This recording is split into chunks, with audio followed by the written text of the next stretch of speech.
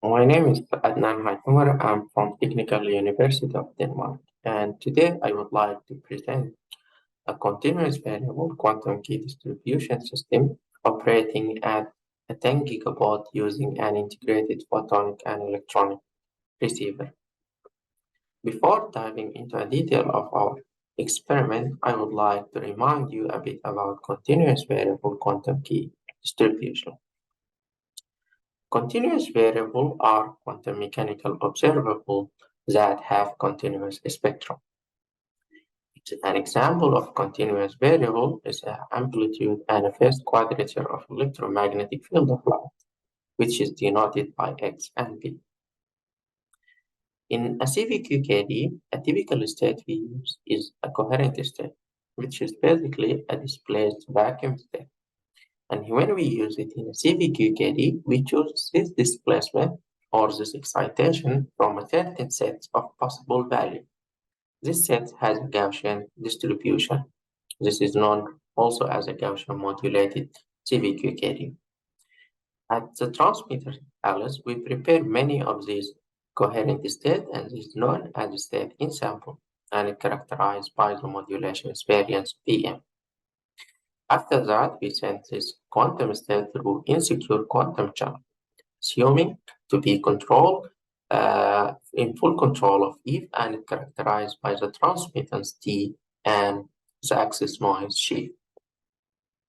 As the receiver pop, we perform coherent detection, and it works by overlap the quantum signal with a strong beam known as a local oscillator.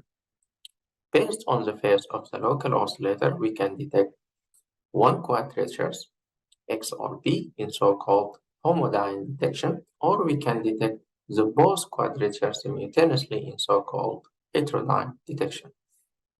The detector site can be characterized by two parameters, the efficiency eta and electronic noise, VE. Based on this parameter, one can write down the received modulations variance, PP, as a function of the efficiency, the transmitted modulations variance, electronic noise, and axis noise. This prepared and measured phase will be followed by a classical processing done through a public authenticated channel, including parameter estimation, error correction, and privacy amplification. Why we are interested in CVQKD? Because CVQKD uses standard telecommunication component operate at the room temperature. And since it's used a standard telecommunications component, it can provide high rate. The question is then how we can evaluate the key rate of CVQKD. And then we can understand how we can improve the key rate of CVQKD. Here is a formula tell us how we can evaluate the secret key rate in a bit per second for a Gaussian modulated protocol operated in a synthetic region. This formula can be divided into two parts. The first part is known as a secret key fraction. And the second part is a simple rate, or also we call it sometimes a repetition rate. From this formula, there is actually a two approach to improve the secret key rate. One of them is by improving the secret key fraction, and this involves reducing the axis noise sheet to reduce the volume of information, the amount of information if known about the key, or improving the efficiency of information retranslation. However, this approach involves a very complicated optimizations between the efficiency of information retranslations and reducing the access noise. Another simple approach is improving the simple rate or the repetition rate of the system. And most of high CVQKD system took this approach. This table summarizes a recent demonstrations for high CVQKD using a Gaussian modulation.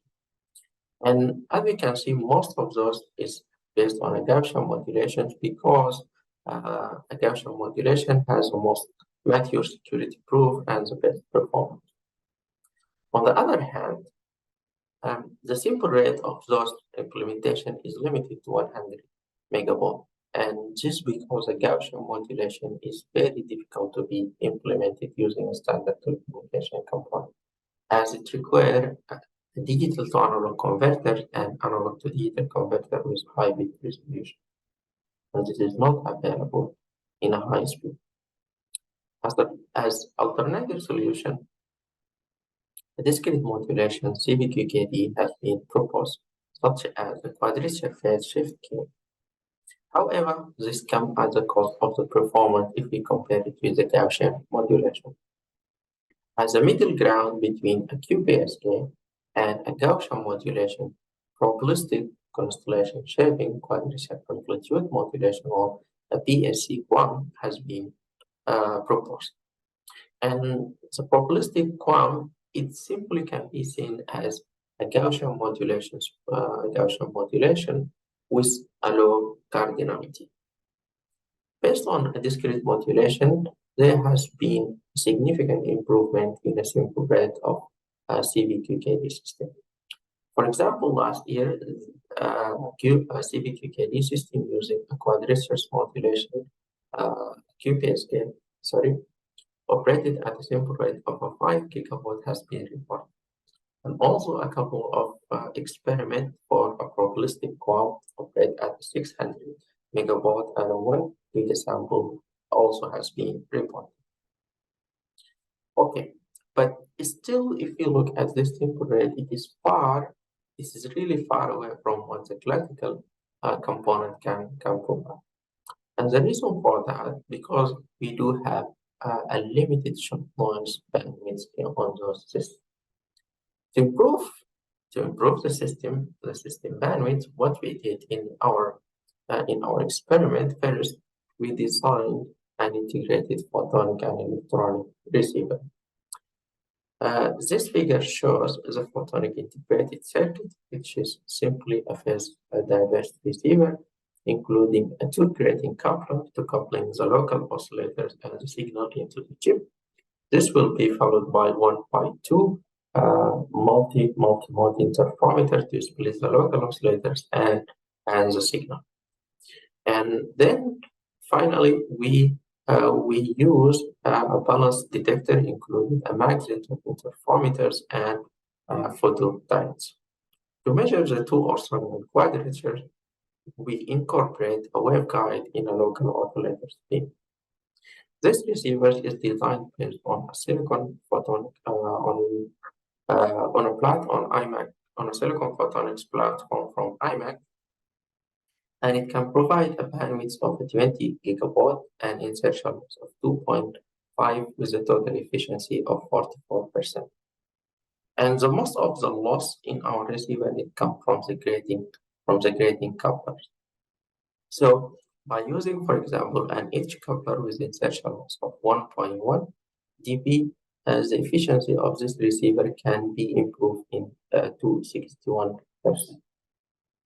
For the electronic part, we use a TIA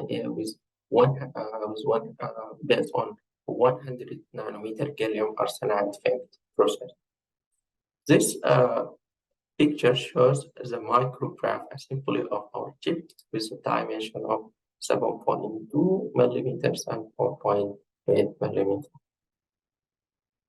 Let's move into the transmitters. What is the problem related to the transmitters?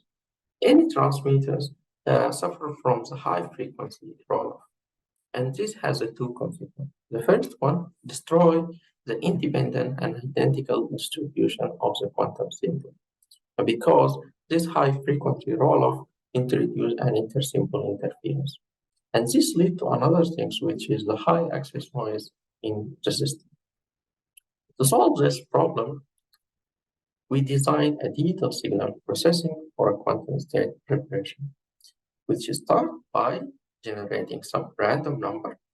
And then after that, we map the distribution of this random number from a uniform distribution to a Gaussian-like distribution. Then we upsample our quantum symbol into and then after that we apply pulse shaping. Most important building block in this DSP chain is the pre-emphasis, where we measure the transfer function of our transmitters, and we pre-equalize the quantum signal by the inverse of this transfer function. This spectrum shows the signal after and before the pre-emphasis or the pre-equalization. After the pre-equalizations, we add a pilot tone for the phase and a frequency estimation. And finally, we upload the waveform into an arbitrary wave function generator or AWG. Here is a schematic of our GBaud CVQKD system. As a transmitter, we have a BTU transmitter, which is a box including all optical and electronic components. And if you open the box, you will find a CW laser modulated by an IQ modulator. And the bias to this IQ modulator is controlled by automatic bias control. This will be followed by a variable optical attenuator and an isolator. To drive the IQ modulator, we use an AWG operated at 32 gigasample per second. And at the receiver side, we use another CW laser to provide as a local oscillators and two optical switches for a calibration purpose. To optimize the coupling loss into the chip, we use a two-polarization controller to control the polarization of the local oscillators and test. After the chip, we used a real-time scope with a sampling rate of 8 gigasample per second to sample our signal or to digitize our signal and record it for a later digital signal processing. To recover the quantum signal, we implement this DSP processing, starting by whitening filters, and after that we do the frequency and phase estimation using this pilot tone, and then we compensate for a propagation delay in a time synchronizations. Yeah. And finally, we recover our quantum signal after match filtering and a down sampling. Okay, here is the result. We perform a different measurement for different constellations for 16 QAM, including 16 QAM, 32 QAM, and 64 QAM. Also, we operate the system at the two different simple rates, 8 GBaud and 10 GBaud. And we perform different distance, 10 kilometers and 5 kilometers. If we look at those figures which represent the secret key rate in a gigabit per second versus the distance, as the constellation increases, the secret key rate is approaching this black line, which is the Gaussian, the performance of a Gaussian protocol. The maximum key rate we achieve in our experiment is 900 megabit per second in a case of 64 QAM, which is something that we expect. Okay. Finally, I would like to summarize. We report a record experiment of a 10 GBaud CVQKD system, and this achieved by a broadband integrated photonic and electronic receivers and a well-designed digital signal processing.